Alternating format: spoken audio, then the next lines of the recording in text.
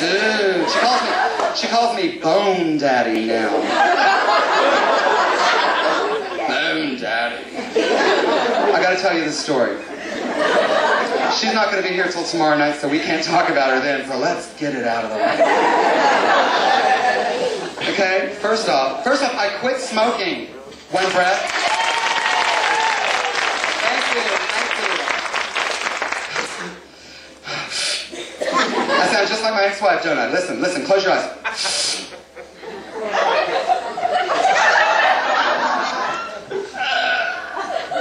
Okay, that's how she sounds. All right, listen. I called her up on the phone. I said, Leslie. She said, Bone Daddy.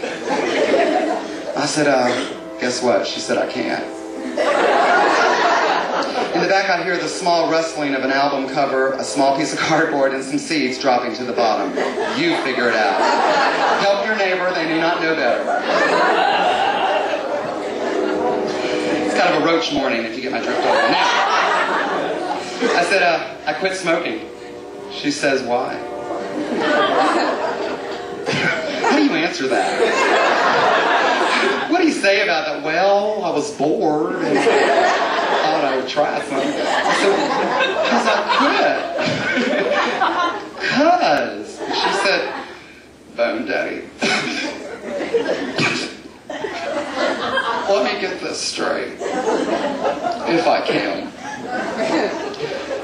You don't drink anymore, do you? And I said, no, I don't. She says,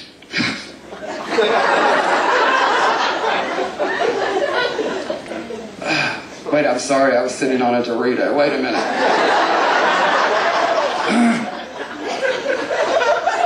And you don't do, like, any drugs, right? And I said, no.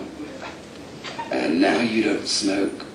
I said, that's right. She said, God, now you know exactly why I divorced you.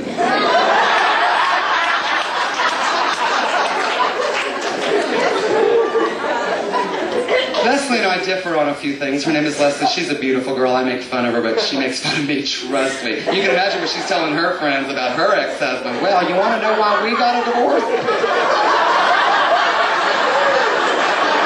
Can you imagine that story, ladies and gentlemen? Well, he was good to me.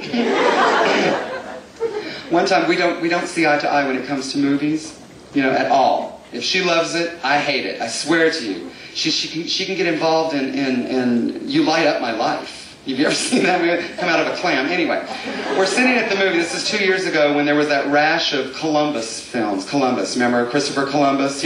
Okay. He sailed. He found land.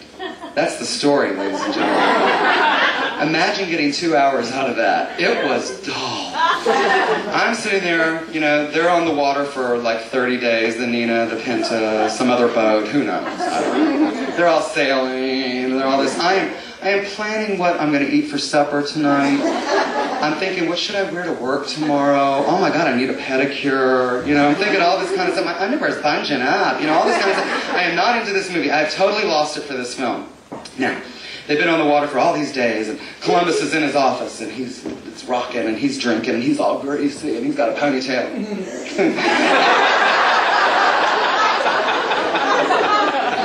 It didn't look good on him, though. And the men have had enough.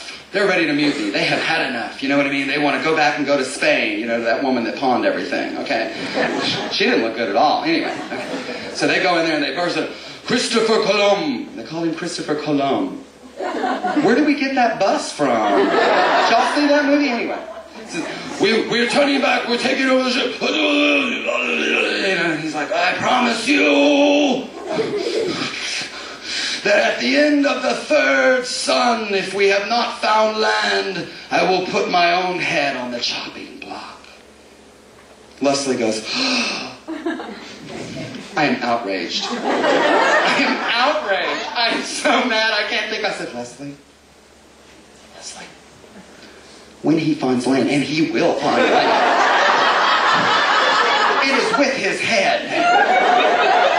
They did not fail to mention that in history. We went to school. Oh, yeah. Well, they could cut it off. I said, no, they're not going to cut it off. I'm so angry at theater. I've had enough of this woman. I am planning the colored mats I'm going to put around the divorce papers when I get home at this present moment, you know? I'm going to get a big gilded frame with a big cord and a brooch, you know what I mean?